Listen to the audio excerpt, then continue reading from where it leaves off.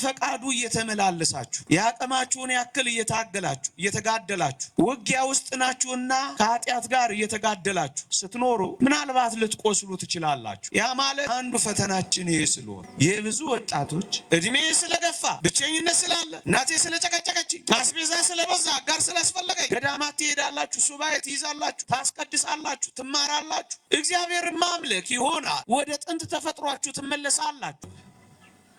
ወወልድ ወመንፈስ ቅዱስ አሃዱ አምላክ አሜን።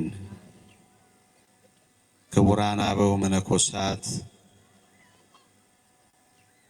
ክቡራን አበው ካህናት፣ ሊቃውንተ ቤተ ክርስቲያን፣ መምህራነ ወንጌል፣ የተወደድክ ወንድማችን ሙዓዘ ስብሐት ዘማሪ ዳግማዊ በዜማ ዕቃ እግዚአብሔር እንድናመሰግን እድል የሰጠህን ወንድማችን፣ እጅግ የተወደዳችሁ የእግዚአብሔር ቤተሰቦች፣ የእመቤታችን የቅድስት ድንግል ማርያም የአስራት ልጆች፣ የቅዱሳን ወዳጆች በልዑል አምላካችን በእግዚአብሔር ስም እንደምን ሰነበታችሁ?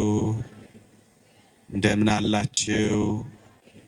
ምሕረቱን ያበዛልን፣ እንደ በደላችን ያልከፈለን፣ እንደ ኃጢአታችን ያልተቆጣጠረን፣ ይቅር ያለን፣ እድል የሰጠን የአባቶቻችን አምላክ የእኛም አምላክ ልዑል እግዚአብሔር ዘላለማዊ ስሙ የተመሰገነ ይሁን። ለቀደምት አበው ለነቢያት፣ ለቅዱሳን ሐዋርያት፣ ለሐዋርያውያን አበው ለሊቃውንት የገለጸውን ጥበብና ምስጢር ለሁላችንም ይግለጽልን። ከዚህች ዕለት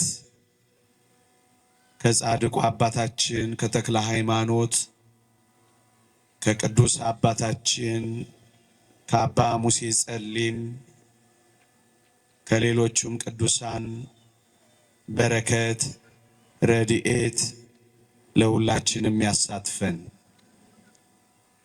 ሰምተን ለመጠቀም እግዚአብሔር ይርዳን። ብዙ ወጣቶችን ስላየው በአንድ ርዕሰ ጉዳይ ላይ ሐሳቦችን ባነሳ ብዬ አሰብኩኝ። ለማስተማር ወይም ለመመካከር አስቤ የመጣሁት ርዕስን ያስቀየረኝ በጣም ብዙ ወጣቶችን መመልከቴ ነው። ስለዚህ በአንድ ርዕሰ ጉዳይ ላይ ጥቂት ብቻ ለቅምሻ ያክል ጥቆማዎችን አሰማችኋለሁ። ሊቃውንት በዚህ ያሉ መምህራን የበለጠ አብራርተው አቅንተው አልመው በኮርስ መልክ እንደሚሰጧችሁ አምናለሁ። እኔ ከማቀርበው በተሻለ ያቀርቡላችኋል። እኔ ግን እንደ ቅምሻ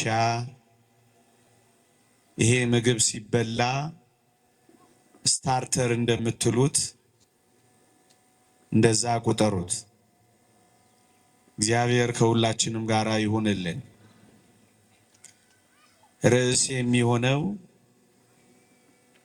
የወጣቶች የህይወት መንገድ በሚል ርዕስ ነው የምንማረው። ሰፋ ያለ ዝርዝር ጉዳይ ያለው ነው። እኔ ግን እግዚአብሔር ከረዳኝ ቀስ ብዬ ጥቂት ነጥቦችን ለመዳሰስ እሞክራለሁ። ማስታወሻ ብትይዙ በጣም የተሻለ ነው። እግዚአብሔር ከሁላችንም ጋር ይሁን። ቅዱስ አትናቴዎስ ዳግመኛም ቅዱስ ባስልዮስ ዘቂሳርያ የክርስቲያኖችን የሕይወት መንገዶች ብለው የሚገልጿቸው ሁለት የሕይወት መንገዶች አሉ የሚሏቸው የክርስቲያኖች የሕይወት መስመሮች አሉ። እነዚህን የሕይወት መስመሮች ሁለቱም ሊቃውንት የሕይወት መንገዶች ይሏቸዋል። አንደኛው የክርስቲያኖች የሕይወት መንገድ ሙሉ ጊዜን፣ ሙሉ ሐሳብን፣ ሙሉ ጉልበትን እግዚአብሔርን በማምለክ መኖር ነው። ይሄ አንደኛው የሕይወት መንገድ ነው። በብቸኝነት መኖር፣ ሳያገቡ ሳይወልዱ በብቸኝነት እግዚአብሔርን እያመለኩ ብቻ መኖር ነው። አንደኛው የወጣቶች ወይም የክርስቲያኖች የሕይወት መንገድ በሊቃውንቱ አገላለጽ የብቻነት ሕይወት ነው። ቅዱስ ጳውሎስ ያላገባ እግዚአብሔርን እንዴት ደስ እንደሚያሰኝ ስለ እግዚአብሔር ያስባል ይላል። ስለ እግዚአብሔር ብቻ እያስቡ መኖር፣ እግዚአብሔርን ብቻ በማስደሰት መኖር፣ ልብ ሳይከፈል፣ ጊዜ ሳይከፈል፣ ጉልበት ሳይከፈል፣ እድሜ ሳይከፈል፣ አቅም ሳይከፈል ሙሉ ሕይወትን በብቸኝነት ለእግዚአብሔር ብቻ መስጠት፣ ይሄ ምናኔ ነው። ይሄ ምንኩስና ነው። ይሄ አንደኛው የሕይወት መንገድ ነው። ሁለተኛው የሕይወት መንገድ ደግሞ ያገባ ሚስቱን እንዴት ደስ እንደሚያሰኝ ስለ ሚስቱ ያስባል ያለው ነው ሐዋርያው ጳውሎስ። ሚስትን፣ ባልን፣ ልጆችን እያሰቡ ጽድቅ እየሰሩ መኖር፣ ይሄ ሁለተኛው የሕይወት መንገድ ነው። ለዚህ ነው አባቶቻችን በእነዚህ ሁለት መንገዶች የሰው ልጆች ክርስቲያኖች በተለይ ወጣቶች ሕይወትን ያገኛሉ። የተወደዳችሁ ክርስቲያኖች፣ ሁለቱም የሕይወት መንገድ የተባሉት ዓላማው ጽድቅን መፈጸም ስለሆነ ነው። በሁለቱም መንገድ ቅድስናን ገንዘብ ማድረግ ነው ዓላማው። በሁለቱም መንገድ እግዚአብሔርን ደስ በማሰኘት መኖር። ለዚህ ነው የሕይወት ብለው የቀጸሉበት። እኔ ግን አብዛኞቻችን የምናዘነብልበትን አንደኛው መስመር ብቻ ለዚህች ምሽት ማስደመጥ ፈለግኩኝ። እሱም አንደኛው የሕይወት መንገድ አግብቶ ልጅ ወልዶ ከብዶ ድሮ ኩሎ ቅድስናን ስለመፈጸም፣ በተለይ ወጣቶችን ማዕከል ያደረገ ቅድመ ጋብቻ ያለውን ሕይወት በጥቂቱ መዳሰስ። ይህን የምናደርግበት ምክንያት አታውቁትም ብለን ሳይሆን አለፍ ገደም እያል እነዚህን ነገሮች ቢረፍድም ለማሰማት ቢዘገይም ለማንቃት ነው። ያወቅነው ከሆነ ለማድመቅ ነው። ግን በዋናነት ወጣቶች የቅድስናን ሕይወት በዚህ በኩል ገንዘብ እንድናደርግ ነው። መጽሐፍ ቅዱስ የእግዚአብሔር ፈቃድ እርሱም መቀደሳችሁ ነው የሚለው። ወጣቶች እግዚአብሔር ለኔና ለእናንተ ያለው ፈቃድ፣ ለሰው ልጆች ሁሉ ያለው ፈቃድ መቀደስ ነው። እዚህ የመጣ ነው ለመቀደስ፣ በብቸኝነትም በባልና በሚስት ሕይወትም ዓላማው መቀደስ። ለዚህ ነው ቅዱስ ጳውሎስ የእግዚአብሔር ፈቃድ እርሱም መቀደሳችሁ ነው የሚለው። ምዕመናን፣ የክርስትና ግብ የመንፈሳዊ ሕይወት መዳረሻ እግዚአብሔር ጋር መኖር፣ እግዚአብሔርን ማየት። እግዚአብሔርን የሚያየው ከእግዚአብሔር ጋር የሚኖር ማን ነው ካላችሁኝ፣ የተቀደሰ ብቻ ነው። መጽሐፍ ቅዱስ በዕብራውያን መልእክት ምዕራፍ 13 ላይ ትቀደሱም ዘንድ ፈልጎ ያለ እርሱ ጌታን ሊያይ የሚችል የለም ይላል። በእርግጠኝነት ሁላችንም እዚህ የተሰበሰብነው ፍጻሜያችን ጌታችንን በማየት ከሱ ጋር ለዘላለም መኖር። እዚህ ሕይወት ውስጥ ደግሞ የሚያደርሰን መቀደስ ነው። የማንረክስበት ይልቁንም የምንቀደስበት አንዱ መንገድ ደግሞ ከዝሙት በመለየት ነው። ከዝሙት የምንለይበት ሕይወት ደግሞ ምንድነው? መጋባት። መጽሐፍ ቅዱስ ስለ ዝሙት ጠንቅ ለእያንዳንዱ ለራሱ ሚስት ትኑረው፣ ስለ ዝሙት ጠንቅ ለእያንዳንዲቱ ለራሷ ባል ይኑራት ነው የሚለው።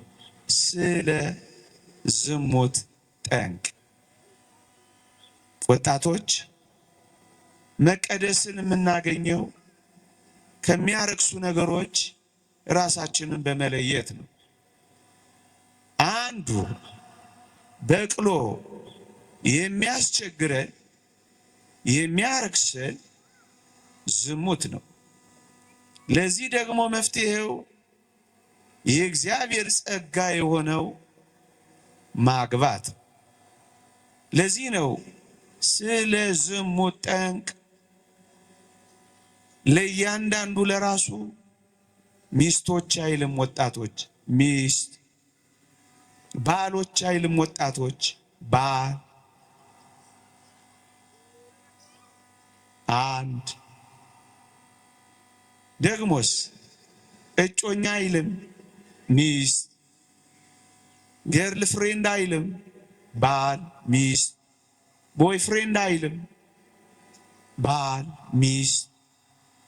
እነዚህ ሁሉ ቃላት ስለ ዝሙት ጠንቅ የምንተርፍበት ሕይወት በባልና በሚስት መካከል ባለ የተቀደሰ ግንኙነት ነው። ክርስቲያኖች፣ ለዚህ ነው መጽሐፍ ቅዱሳችን መጋባት በሁሉ ዘንድ ክቡር መኝታውም ንጹሕ ይሁን ይላል። እግዚአብሔርን ማየት ከእግዚአብሔር ጋር ለዘላለም መኖር የሚፈልጉ መርከስን ይጠላሉ። ላለመርከስ ከእግዚአብሔር እንዳይለዩ ከመንግስቱ እንዳይወጡ ረክሰው እንዳይጣሉ ራሳቸውን ያነጻሉ። ራሳቸውን የሚያነጹት ቅዱስ በሆነው የጋብቻ ሕይወት ይኖራል። ልብ በሉ፣ ቅዱስ ለመሆን በዚህ ምክንያት እግዚአብሔር ጋር ለመኖር ነው መንገዱ። የሕይወት መንገድ የተባለው ለዚህ ነው። በዝሙት ጠንቅ ከተወጋን ሕይወትን አናገኝም፣ እንረክሳለን። ለዚህ ነው ሕይወት የሚለውን ቃል ለማምጣት ነው ጥቂት ነጥቦችን እንደ መግቢያ ያነሳሁት። ምዕመናን ትቀደሱም ዘንድ ፈልጉ፣ ያለ እርሱ ጌታ ሊያይ የሚችል የለም። ስለዚህ በዋናነት ኦርቶዶክሳውያን ወጣቶች ሐሳባችን እንዲቀደስ፣ መንገዳችን እንዲቀደስ፣ ስራችን እንዲቀደስ ነው መፈለግ ያለብን። ንጹህ እንዲሆን፣ ንጹህ የሚሆነው ደግሞ እግዚአብሔር በሚፈቅደው ንጹህ የመኝታ የጋብቻ የሩካቤ ሕይወት አንዱ ፈተናችን ይሄ ስለሆነ ይሄ ሕይወት የሕይወት መንገድ ከሆነ የብዙ ወጣቶች ወይም ማወቅ ያለብን የመጀመሪያው ጉዳይ መልካም ንጹህ ሕይወትን እፈልጋለሁ፣ የተቀደሰ ሕይወት ገንዘብ ማድረግ እሻለሁ። ታዲያ ይህንን ሕይወት እግዚአብሔር ፈቃዱ መሆኑን ለኔ በምን አውቃለሁ? ልክ ነው። ይሄ መጠየቅ ያለበት ሕይወት ነው። አባቶቻችን ያስተማሩን ከመጻሕፍት ያገኘሁት ይሄ እግዚአብሔርን ፈቃድ እንዴት ላውቅ እችላለሁ ለምትል ንጹህ መሆን ለምትፈልግ ነፍስ መምህራን ያስተማሩንን መጽሐፍት የጠቆሙንን እነዚህን ጥቂት ነጥቦች አከታትዬ ላቅርብ። የመጀመሪያው የእግዚአብሔር ፈቃድ የሚገለጠው እንደ ፈቃዱ በሚኖሩ ሰዎች። የእግዚአብሔርን ፈቃድ ማወቅ ከፈለክ አንተ ወጣት ክርስቲያን ያቅምህን ያክል የቻልከውን ያክል እንደ ፈቃዱ መመላለስ አለብን። የእግዚአብሔር ፈቃድ የሚገለጠው እንደ ፈቃዱ በሚኖሩ ሰዎች ሕይወት ውስጥ ነው። ይሄ በምን ይታወቃል ወይም እንዴት ይገለጣል ካላችሁኝ፣ እግዚአብሔር የሚፈቅደውን ለመኖር ባለመታከት የእግዚአብሔርን ፈቃዳት በመጻሕፍት የተጻፉት በመምህራን የተነገሩት የእግዚአብሔርን ፈቃዳት በመፈጸም በመኖር በግልባጩ እግዚአብሔር ያልፈቀደውን ሕይወት በመተው እግዚአብሔር የሚፈቅደውን ስትፈጽም እግዚአብሔር የሚፈቅድልህን ይሰጥሃል። እግዚአብሔር በማይፈቅደው ሕይወት መኖር ስታቆም እንደ ፈቃዱን ይፈጽምልሃል። ፈቃዱን የምታስቀድም ክርስቲያን ስትሆን ፈቃድ ይሁን ብለህ ስትጸልይ ይሰማሃል። የእግዚአብሔር ፈቃድ መቀደስ ነው ብያችኋለሁ። መቀደስን የምር ለሚፈልጉ ወጣቶች እግዚአብሔር የታመነ ነው፣ ፈቃዱን ይገልጽላቸዋል። ስለዚህ እግዚአብሔርን አምነው እግዚአብሔርን ፈርተው እንደ ፈቃዱ ለሚመላለሱ ሁሉ የእግዚአብሔር ፈቃድ መፈጸሙ የማይቀር። ስለዚህ የመጀመሪያው ነጥብ ወጣቶች ሳንታክት እንደ ፈቃዱ ለመመላለስ ከቅዱሳት መጻሕፍት እንደሰማ ነው፣ ከአበው ምክር እንዳገኘ ነው የገባንን መጠን ያክል ብንወድቅ በንስሐ የተነሳን ብንደክ በአባቶቻችን ጸሎት የበረታን እንደ ፈቃዱ ለመመላለስ እየጣር ወገኖቼ እንደ ፈቃዱ እየተመላለሳችሁ ያቀማችሁን ያክል እየተጋደላችሁ ውጊያ ውስጥ ናችሁና ከኃጢአት ጋር እየተጋደላችሁ ስትኖሩ ምናልባት ልትቆስሉ ትችላላችሁ። ያ ማለት ጥቂት ልትሰነካከሉ ትችላላችሁ። ሰይጣን ታግሎ ጥቂት ሊያቆስላችሁ ይችላል በውጊያው። መቁሰል ማለት ግን መማረክ ማለት አይደለም። እንደው እንደ ፈቃዱ እየተመላለሳችሁ ብትቆስሉ ተጋድሏችሁን ነው የሚያሳየው። ክርስቲያኖች ውጊያው ውስጥ መግባታችሁን ነው የሚመሰክረው። በውትድርና ሜዳ ለመዋጋት የሄደ ወታደር ሊቆስል እንደሚችል ሁሉ ከአጋንንት ጋር የእግዚአብሔርን ፈቃድ ለመፈጸም ስትዋጉ ምናልባት ብትቆስሉ የተጋድሎ መገለጫችሁ መሆኑን እንዳትረሱ። አንዴ ወድቄያለሁ እንደጀመረ ይጨርስ፣ አንዴ ተሰናክያለሁ ምን ሰው ሆናለሁ እንዳትሉ። የቆሰለ እንደሚድን የተመታም የተሰበረም እንደሚጠገን አስባችሁ እንደገና ተጓድሏችሁን መቀጠል፣ እንደ ፈቃዱ መኖር እንደገና እግዚአብሔር ያበረታችሁ። እንደ ፈቃዱ መመላለስ ስትጀምሩ ራሱ እግዚአብሔር ፍጹማን ያደርጋችኋል ተብሎ ተጽፏል። ብቻ እንደ ፈቃዱ ስትኖሩ ትልቁ ቁም ነገር እጅ ላለመስጠት፣ በመርከስ ሕይወት ተማርኮ እዚያው ላለመቅረት። ያ ማለት በወደቃችሁበት የኃጢአት ሕይወት ደስ እየተሰኛችሁ ላለመኖር መታገል። ወገኖቼ እግዚአብሔር አክሊል የሚሰጣቸው በዝሙት ያልወደቁትን ብቻ አይደለም። እንደውም አንድ ሊቅ አክሊል የሚቀበሉት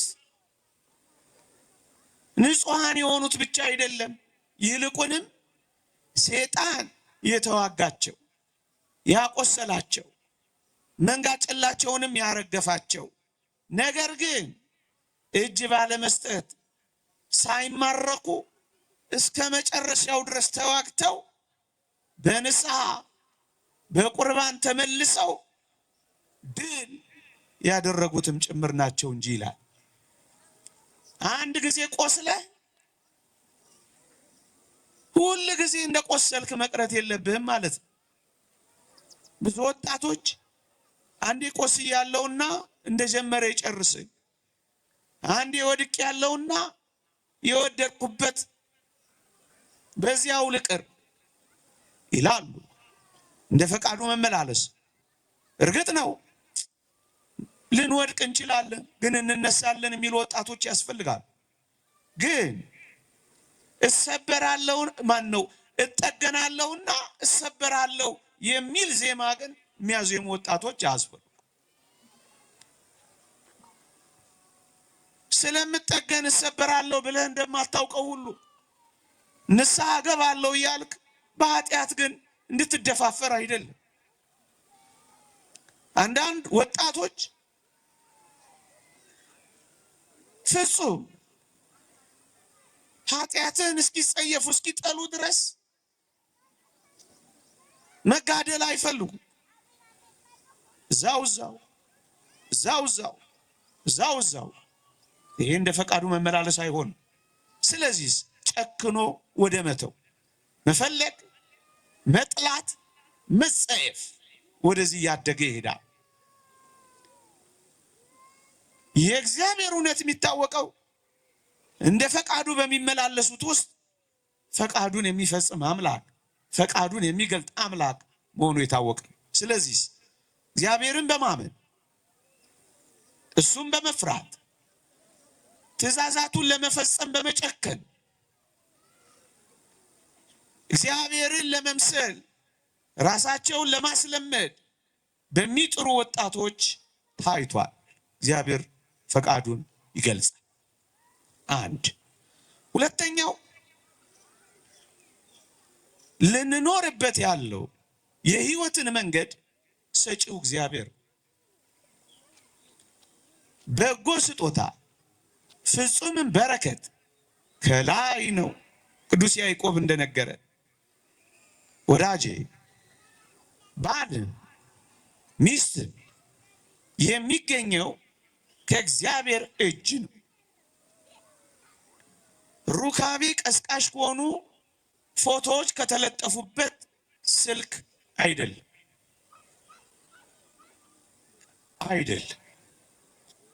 እውነተኛ ጸጋ የሚገኘው ተሰርቶ ያለቀ እግዚአብሔር እጅ ነው። ለምን መሰላችሁ ወጣቶች? የእግዚአብሔር ቃል እንዲህ ይላል፣ ሀብትና ባለጠግነት ከአባት ከእናት ይወረሳል፣ አስተዋይ ሚስት አስተዋይ ባል ግን ከእግዚአብሔር ዘንድ ነው ይላል። ወደ እግዚአብሔር ያልቀረበ ይህንን ጸጋ ሊያገኝ አይችልማ። ወዳጄ አትንከራተቱ። የዚህ ጸጋ ባለቤቱ የዚህ ጸጋ አድራሻው የእግዚአብሔር እጅ ነው። ቶሎ ቶሎ ወደ ስልክህ፣ ቶሎ ቶሎ ወደ ቻትህ፣ ቶሎ ቶሎ ወደ ስክሮልህ አይደለም፣ ቶሎ ቶሎ ወደ እግዚአብሔር መዘርጋት። ምን ማለት ነው? ሁለተኛው ነጥብ ጸልዩ። ምዕመናን በተለይ ወጣቶች የምትበሉትን የምትጠጡትን ነገር ለእግዚአብሔር ክብር እንድታደርጉ መጽሐፍ ቅዱስ ነግሯችሁ የለ? የምታደርጉትን ማናቸውንም ነገር ለእግዚአብሔር ክብር አድርጉት ይላል እግዚአብሔር ቃል። መብልና መጠጥ ለእግዚአብሔር ክብር የሚደረግ ከሆነ ይህ የተቀደሰው ሕይወትማ እንዴት ለእግዚአብሔር ክብር አይሆንም? እግዚአብሔርን እፈልጋለሁ የዘላለም ሕይወት ርስቴ እንዲሆን እመኛለሁ የሚሉ ወጣቶች ለእግዚአብሔር ክብር ለማድረግ ከባለቤቱ ይቀበላሉ። ከባለቤቱ ምዕመናን፣ የዚህ ሕይወት ባለቤት ደግሞ እግዚአብሔር። መጀመሪያም ለሰው ልጆች ይህን ሕይወት የሰጠው እግዚአብሔር፣ ለአዳም ሔዋንን የሰጠው እግዚአብሔር። ስለዚህ ሰጪው እሱ ከሆነ ወደ ሰጪው በጸሎት የተጠጋ ሰው ፈቃዱን ተቀብሎ መሄዱ አይቀሬም። መቀበል ከፈለክ እጅህን ዘርጋ፣ ጸልይ ማለት ነው። መቀበል ከፈለክ ሁሉም በጎ ነገር ሊሰጥ ወደሚችለው ወደ እግዚአብሔር አንጋጥ። እውነት ነው ምዕመናን፣ የዕለት እንጀራችንን እንኳን እንድንለምን ታዘን የለ? ለጽድቅ ሕይወት የሚበጀንን ከመርከስ የሚታደገንን ታዲያ ይህንን ሕይወት መለመን አያስፈልግም? አትፈሩ፣ አትፍሩት። እግዚአብሔር አባታችን ነው፣ ይሰጠናል። እንዴ ያው ሁሉን ነገር እንዲያው እንዴት አይሰጠንም ተብሎ ተጽፎ የለ? የጽድቅ ሕይወትን ከፈለክ እንዴት ሊከለክልህ ይችላል? ቅድስና እንፈልጋለሁ ስጠኝ ለሚል ነፍስ እግዚአብሔር እንዴት ላይሰጥ ይችላል? ጸልይ፣ ሱባኤ ያዝ፣ ለምን ማነው ማናት እያልክ እውነት እንነጋገር ከተባለ ገዳም አታጨናንቅ። እግዚአብሔር በአባቶቻችን ይገልጣል፣ ግን ጸልይ፣ በርታ። ጥንቆላ እንዳይመስል፣ ሌላም ነገር እንዳይመስል። በኋላ አመጣበታለሁ። ቅዱስ ዮሐንስ አፈወርቅ ማግባት ስትፈልግ አስቀድመህ ጸልይ፣ ሐሳብህን ለእግዚአብሔር ንገረው፣ እግዚአብሔር መርጦ እንዲሰጥህ ለምነው። አንተ እንደዚህ እርሱ እንዲመርጥልህ የምታደርግ ከሆነ አክብረኸዋልና እርሱም ለአንተ በጎ የትዳር አጋር በመስጠት ያከብርሃል። ስለ ትዳር ምንም የማያጓደኛህን ምረጥልኝ ለምን ትለዋለህ? ምን ያውቃል እሱ? ስለ ጽድቅ ሕይወት ምንም የማታውቀውን የሥራ ባልንጀራሽን ምረጭልኝ ብለሽ ለምን ታስቸግሪያለሽ? ምረጥልኝ ብለህ ማስቸገር ያለብህ አምላክህን። እሱን ነው የሚለው ቅዱስ ዮሐንስ አፈወርቅ። በጣም ልምድ የሌላቸው ሰዎች ጋር ምክር እየጠየቃችሁ አደራችሁን ህይወታችሁን አታበላሹ። በጸሎት እግዚአብሔርን ካከበርከው በጎ የትዳር አጋር በመስጠት ማክበሩ አይቀሬ ነው ይላል ዮሐንስ አፈወርቅ። ለዚህ ምስክር ለአብርሃም ልጅ ለይስሐቅ ኢዮብር የተባለ አንድ ባለሟል ሎሌ ነው የፈለኩት ለጽድቅ ለቅድስና ለመንግስተ ሰማያት ጉዞ ለህይወት መንገዴ ማቅኛ ነው ወይ? ወጣት ኦርቶዶክሳዊ ይህን ያስባል። እድሜ ስለገፋ አይደለም፣ ብቸኝነት ስላለ አይደለም፣ እናቴ ስለጨቀጨቀችኝ አይደለም፣ አስቤዛ ስለበዛ አጋር ስላስፈለገኝ አክሲዮን ሼር አይደለም፣ የጽድቅ ህይወት። ስለዚህ ጋብቻ ለምን እንደፈለገ አጥርቶ ማወቅ አለበት። ስለዚህ ከራሱ ጋር ይቀመጥ። እንደባከነ እንደገባ ከዛ ሲባክን ይኖራል፣ ሲጣላ ይኖራል፣ ሲጨቃጨቅ ይኖራል። እቺ ጆሮ የቺኝ ማኩረፍ ነው እንዳይሆን ቁጭ ይላል። የተወደድክ ኦርቶዶክሳዊ ክርስቲያን ሆይ መቼም ማናችን ጥሩ ሰው ለማግኘት ነው የምንፈልገው። ጥሩ የትዳር አጋር፣ ጥሩ እጮኛ። እንደ አንዳንዶች ብችል ሁሉንም ነገር እሺ የምትል መሬት ቻይ ማትለማ ማትሰማ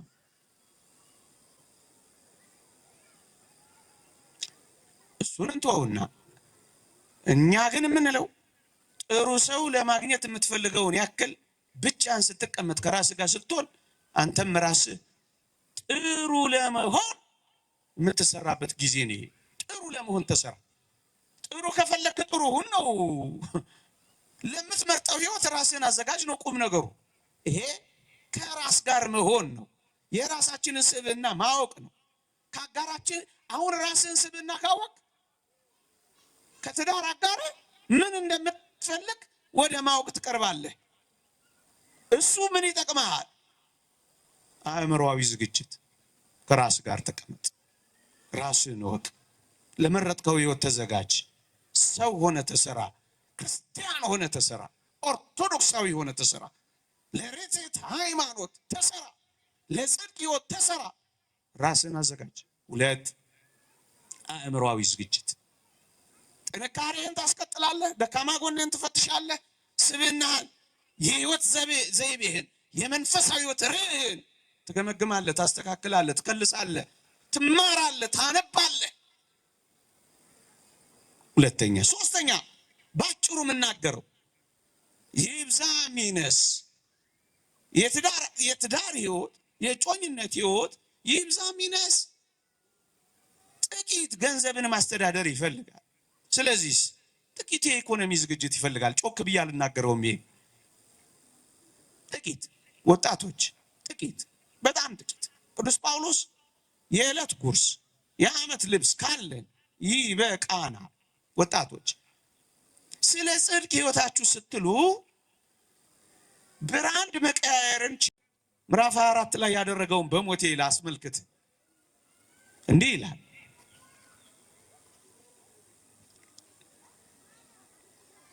እዩ ለአብርሃም ልጅ ለተወደደ ልጅ ሚስት ፍለጋ ሲወጣ አይኑን ሲያንከራትት አታዩት። ወዲህ ወዲያ ሲል ሰው ሲያጠያይቅ አታዩት። አንድ ነገር አደረገ። ምን አለ? ወደ እግዚአብሔር ጸለየ። ምን ብሎ? አንተ ጠጣ፣ ግመሎችንም ደግሞ አጠጣለሁ የምትለኝ ቆንጆ እርሷ ለባሪያ ለይስሐቅ ያዘጋጃት ትሁን፣ በዚህም ለጌታዬ ምሕረትን እንዳደረግ አውቃለሁ ብሎ ጸለየ። ጸልይ። እንዲህ ያሉ በጎ ስጦታዎች የእግዚአብሔር ምሕረቶችና የእግዚአብሔር ጸጋዎች ናቸው በጸሎት የሚገኙ፣ በስክሮል አይደለም። ምናልባት ከዕለታት አንድ ቀን ሊሆን ይችል ይሆን። እግዚአብሔር ነው የሚሰጠው ወዳጄ። የጋብቻ የትዳር ማኑዋሉ እግዚአብሔር፣ ማኑዋሉ ያለው እግዚአብሔር ጋር። አሁን ይሄ ሞንታርቦ ቢበላሽ ማኑዋሉ እስካለ ድረስ ይሰራ። ማኑዋሉ ከሌለ ግን እንደተበላሸ ይቀራል። ትዳር ምድራችን ላይ ለምን የተበላሸ ይመስላችኋል? ከሰሪውና ከማኑዋሉ ውጭ ገጣሚዎች አለን የሚሉ ብዙዎች በስተው ይመስለኝ። ስለዚህ ወደ ባለቤቱ ና፣ ሁለተኛ ጸልይ፣ ሁለተኛ ፈቃዱን ጠይቅ፣ ሁለተኛ ወደ እግዚአብሔር ቅረብ፣ ሁለተኛ ልዑልን አስፈቅድ፣ አንጋጥ፣ ወደሚሰጥህ እጆች ተዘርጋ፣ እጆቹን ያዝ፣ ከዛ ትቀበላል። ሶስተኛ እግዚአብሔር አንተ አጠገብ እንደ እግዚአብሔር ፈቃድ የሚኖሩ ሐሳቡን ፈቃዱን የሚገልጹልህ ደጋግ ሰዎች ይኖራሉ። እነማን? ደጋግ ካህናት፣ ደጋግ መምህራን፣ የንስሐ አባትህ። ይሄው ምናልባት ለአንተ ባይገለጥልህ እንኳን የሚገለጥላቸው ደጋግ መንፈሳውያን ሰዎች ይኖራሉ። አንደኛ የእግዚአብሔርን ሐሳብና ፈቃድ ይገልጹልሃል፣ ያስተምሯል። ሁለተኛ ይጸልዩልሃል። ስለዚህ ለአንዳንዶች እግዚአብሔር በወደደው መልኩ ይገልጻል። ስለዚህ ፈቃድህ ዝም ብለህ ብቻህን አትወስን። አባት አለህ፣ በምክረ ካህን ትኖራለህ። ንስሐ አባት እንዲጸልይልህ ትጠይቃለህ። በጸሎት እንዲያግዝህ ትለምነዋለህ። ጠጋ ብለህ ታማክረዋለህ። ፈቃዱን የምታገኝበትን መንገድ አስተምረኝ ትለዋለህ። ምናልባት ንስሐ አባት ይህን ማድረግ ባይችል እንኳን ከንስሐ አባት ዝቅ ያለ መንፈሳዊ አማካሪ ትፈልጋለህ። መምህሩ፣ የጉባኤ አስተማሪ፣ የሰንበት ትምህርት ቤት መካሪ፣ ከነሱ ጠጋ ትላለህ። ስለዚህ ፈቃዱን ይገልጹልሃል፣ ትምህርት ያስተምሩሃል፣ ስላንተ ይጸልዩልሃል። ሶስተኛ አግናጢዮስ ሊቁ በረከቱ ይደርብን እንዲህ ይላል፣ ወንድና ሴት ጋብቻ ለመፈጸም ቢፈልጉ አንድነታቸው በጳጳሱ ይረጋገጣል። በዚህም ጋብቻው በስጋቸው ፈቃድ ሳይሆን በእግዚአብሔር ፈቃድ የተመሰረተ ይሆናል ይላል። ያለ ጳጳስ ፈቃድ አይሆንም ነው የሚለው። ያለ ካህን ፈቃድ አይሆንም ነው የሚለው። ወጣቶች ተጫጭታችሁ ስትጨርሱ ና ባርክልን አትበሉት፣ ጸልይልን በሉት። ልትጋቡ ስትሉ ቢፌ ፊት አታቁሙት፣ ና ባርክልን በሉት። በኋላ ቆይተን አፋታኝ እንዳትለው፣ ያስተምርህ፣ ይምከርህ፣ መንገድ ያሳይህ፣ ይፍቀድልህ። ሲያልቅ ቢፌ ማራኪ አታድርገው። ስትጣላ ማኩረፊያና ማልቀሻ አታድርገው። መጀመሪያ አስፈቅደው፣ አብሮ እንዲቆም በጸሎት ለምነው። የእግዚአብሔር ፈቃድ ይገለጻል። አንተ አቅም ባይኖር እንኳን እሱ ልምድ አለው፣ የመጠየቅ አቅም አለው፣ ያግዛል። ብትሳሳትስ ይመራሃል፣ እጆችህን ይዘዋል፣ ይደግፈሃል። ስለዚህ ቅርብ ያለ ምክረ ካህን አጠገብህ ቅዱስ አግናጢዮስ የሚል እንዲያረጋግጥልህ ያስፈልጋል። ሌሎች እንዲያረጋግጡልህ አትኳትን። የእግዚአብሔር ፈቃድ ምክር ያለው ሰው ያስፈልጋል። ፈቃዱን እንዴት ልወቅ? ይሄው እንደዚህ ማወቅ ይቻላል። አንደኛ። ሁለተኛ ዓላማው ገብቶኛል፣ የጽድቅ ሕይወት እንደሆነ ተረድቶኛል። ፈቃዱን እንዴት ላውቅ እንደምችል ጥቂት ጥቆማ አግኝቻለሁ። እኔ ደግሞ አሰፋዋለሁ፣ ጠይቃለሁ፣ አነባለሁ። መልካም። ሶስተኛው እሺ ወጣት ነኝ። ወደዚህ ሕይወት ከመግባቴ በፊት ወደ ጮኝነት፣ ወደ ትዳር አጋር ከመግባቴ በፊት ምን አይነት ዝግጅት እንደ ሰው ያስፈልገኛል? 3 ዝግጅቶች፣ 3 እነሱን ቀስ ብዬ እንዳሁኑ ለማቅረብ ሞክራለሁ። እየሰማችሁኝ እንደሆነ ተስፋ አደርጋለሁ። ጥቂትም ቢሆን እንደሚጠቅማችሁ አምናለሁ። 3 ዝግጅቶች። አንደኛ መንፈሳዊ ዝግጅት ያስፈልጋል። ደግሞ አለው መንፈሳዊ ዝግጅት ያስፈልጋል። ይሄ መንፈሳዊ ዝግጅት ምንድን ነው?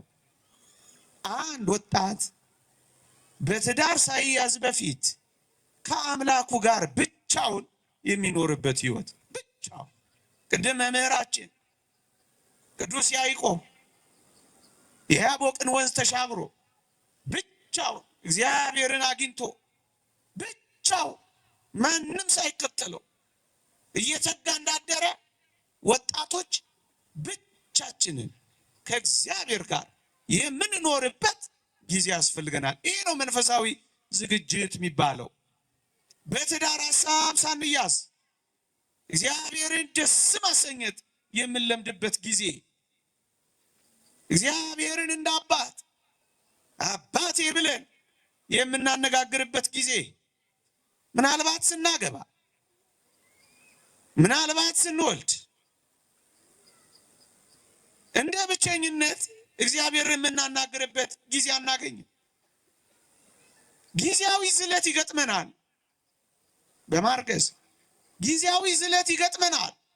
በመውለድ ጊዜያዊ ዝለት ይገጥመናል።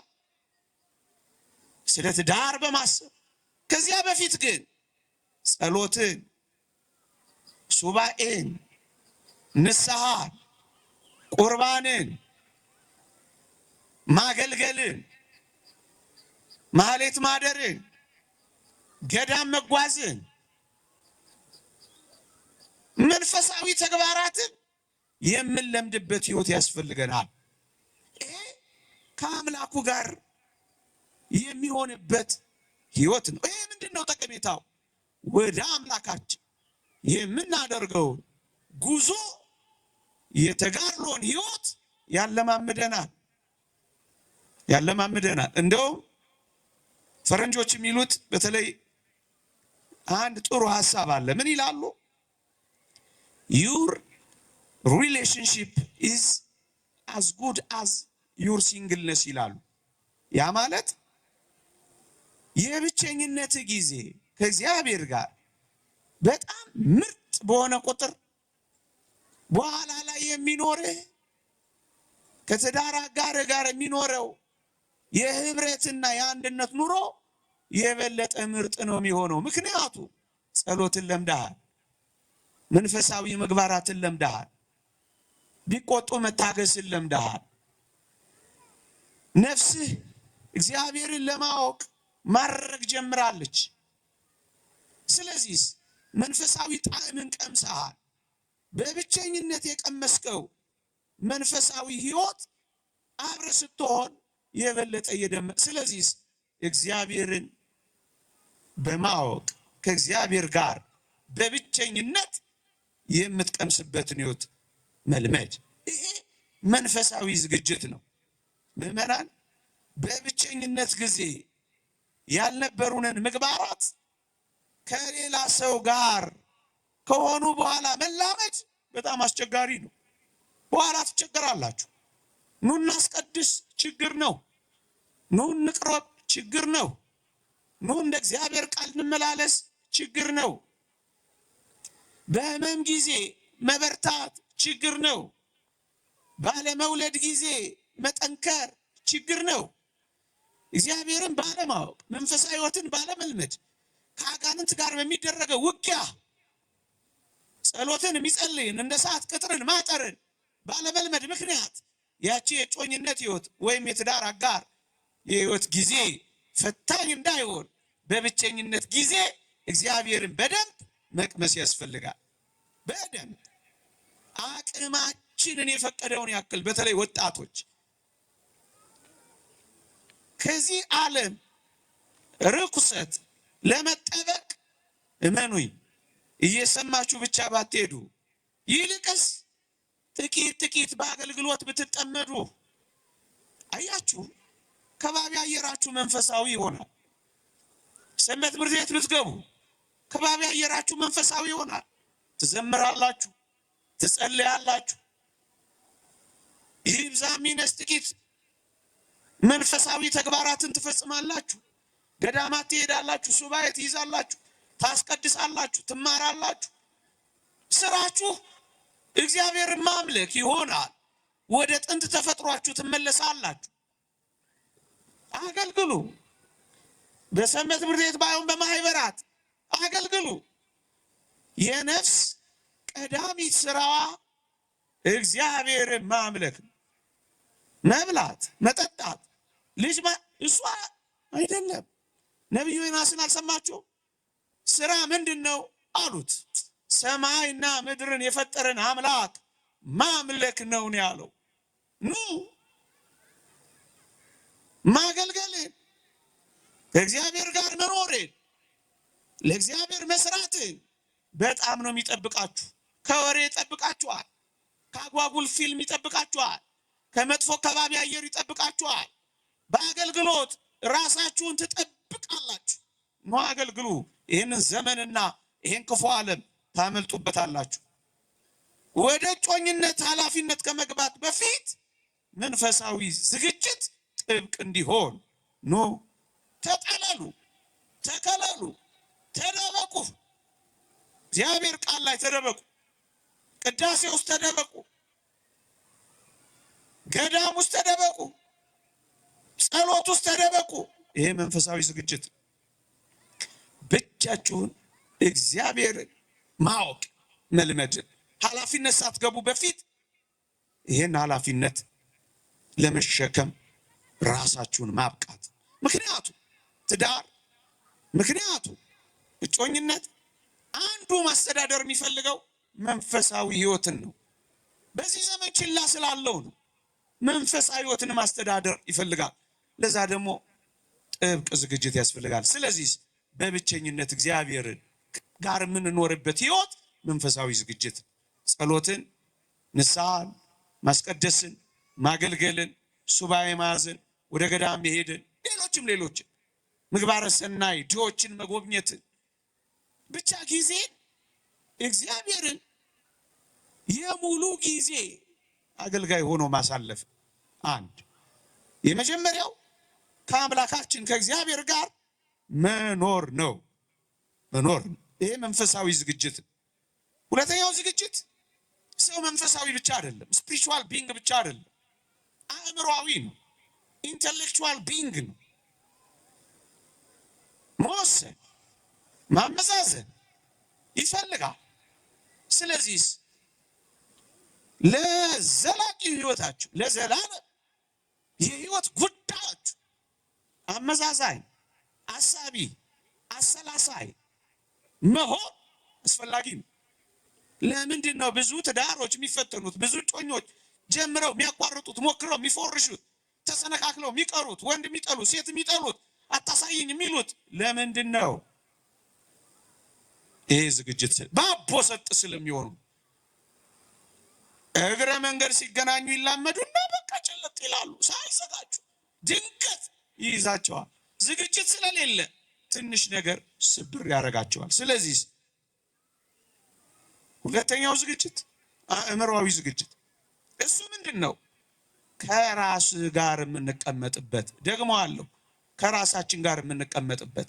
መጀመሪያ ከእግዚአብሔር ጋር፣ ከዛስ ከራስ ጋር። ከትዳር አጋሩ ጋር ከመቀመጡ በፊት፣ ከጮኛው ጋር ከመቀመጡ በፊት ከራሱ ጋር እንዲቀመጥ። ያ ማለት ምን ማለት ነው? ራሱን እንዲያውቅ። ወዳጄ ፍላጎትን በቅጡ ካላወቅ ለምርጫ መቸገር አይቀሬ ነው። ለዚህ ነው አንዳንድ ሰዎች ካገቡ በኋላ ያሉ እየተቃጠሉ ሲኖሩ የሚኖሩት። ቺኮ ምርጫ፣ ይሄ እኮ ምርጫ፣ እንደው ምን ሲያደርግ እንደከተተኝ፣ እንደው ስጠበስ እኖራለሁ ግሪል። ብዙዎች ዘመናቸውን በብስጭት ይኖራል፣ ሳይቀበሉት ይኖራል። ስለዚህ ቀዝቃዛ ቤቱ፣ ነዝናዛ ሚስቱ ለምን ለቅሶ ይሄዳል? ለቅሶ እያለ ቤቱ ይባላል። ሁሌ ለቅሶ። ይሄ እንዳይሆን በቅጡ ራስህን ማወቅ። ምንድን ነው የምትፈልገው? ማወቅ አለብህ። ይሄን ለማወቅ ዝም ብለህ የባከንክ አይደለም። ቁጭ በል፣ ከራስህ ጋር ቁጭ በል። መንፈሳዊነት ሲደመር ከራስህ ጋር ስትቀመጥ፣ በቅጡ ፍላጎትህን ስታውቅ ምርጫህን ማወቅ ትችላለህ። መቼም ሰው ነህ፣ ጥቂት ምርጫዎች አሉ። ባይሆን ይሄ የምርጫ ጋጋታን ኤ ቢ ሲ ዲ ኢ ኤፍ ጂ፣ ኧረ ሁሉ ምርጫ አያስፈልግም ወዳጅ። ይሄ እኛ እንደምንፈተነው አይነት ፈተና ለምርጫ ባንፈተን አይሻልም ነበር? እኔ አስታውሳለሁ ኮሌጅ ስማር እዚህ ውስጥ መምህራኖቼ ካላችሁ ይቅርታ ጠይቃለሁ፣ ወይም እንዲህ አይነት መምህራን ካላችሁ አሁን ለአንድ ምስኪን የኮሌጅ ተማሪ እስከ ጂ ድረስ ምርጫ መፈተን ጥሩ ነው? ፌር ነው? ይህም መልስ ይመስላል። ደግሞ ቢም ያስኬዳል፣ ሲም ያስጠረጥራል። ዲ ላይ ስትሄዱ ደግሞ ኤና ቢ ይላል፣ ዲ ላይ ስትሄዱ ደግሞ ሲና ዲ ይላል። አሁን አንድ ምስኪን ኢትዮጵያዊ ድሃ እንደዚህ ማንከራተት በምርጫ ጥሩ ነው?